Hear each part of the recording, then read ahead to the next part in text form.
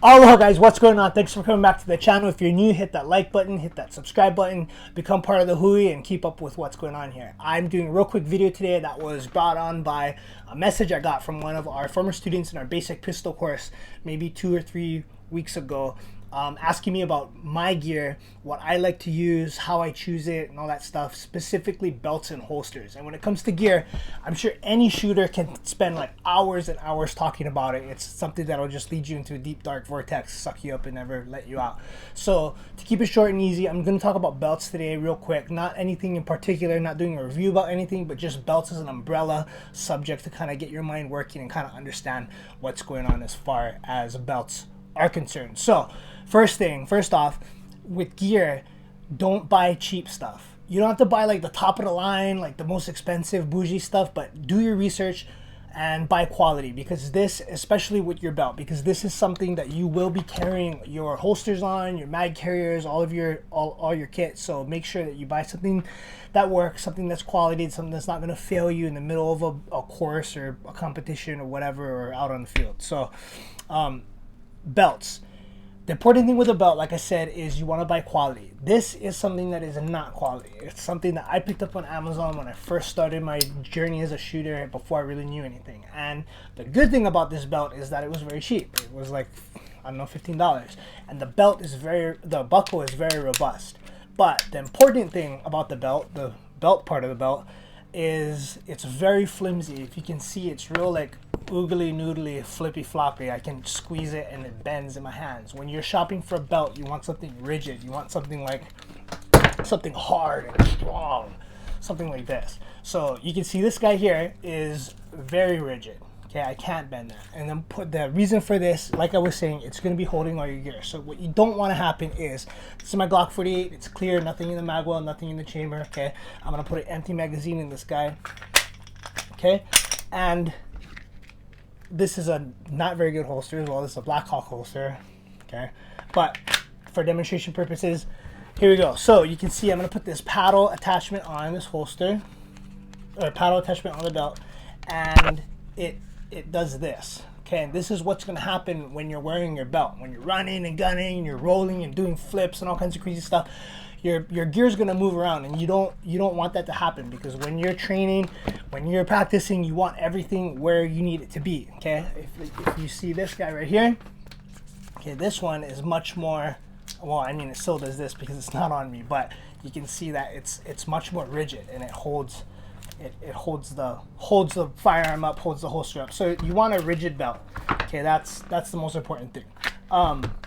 When it comes to belts, there's lots of different kinds. I'm not going to comment about things that I don't own or things that I don't use, because then I can't give you like a truthful thoughts on it based in experience. But what I have here this is like an everyday carry belt. And these are gun belts that are meant to be worn like regular belts, and they're for like concealed carry and stuff. But you can also use them for courses and practical courses and classes and stuff like that. But they're just single. It's just a belt. It's just a rigid belt. That's all it is. Okay, and sometimes they have Velcro, sometimes they have buckles.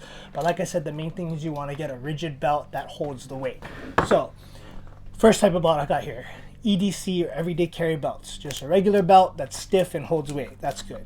Okay, so next type of belt here is this monster. This is my battle belt, my tactical battle operator belt. And what this is called a double belt rig. And how it works is you have this guy here that you wear as a normal belt, okay?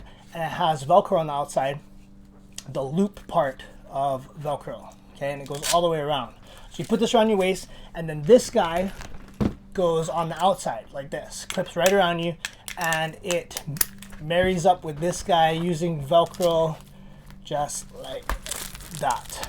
Okay, just like that. You wear it like this, and you can run and gun, and it doesn't go anywhere, and it works really, really well. The advantages of this are, for one, it's very sturdy, and it doesn't move like at all. Okay, it stays attached to you like glue, and you can take it off easily. So like, say you gotta go eat lunch, or you're gonna go from an active area of the range to an inactive area, or for some reason you gotta take this off, you can leave your belt on and then just unbuckle this guy and take the outside, take all your your holsters and your firearm and everything, you can hang it up or put it, you know, put it somewhere else, and you still have your belt on. You don't have to be like messing with trying to get everything off and stuff like that.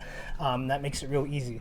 In these two categories of the EDC belts and these battle belts, they also have belts that come with MOLLE attachments. And what MOLLE is, if you're not familiar with, they're these.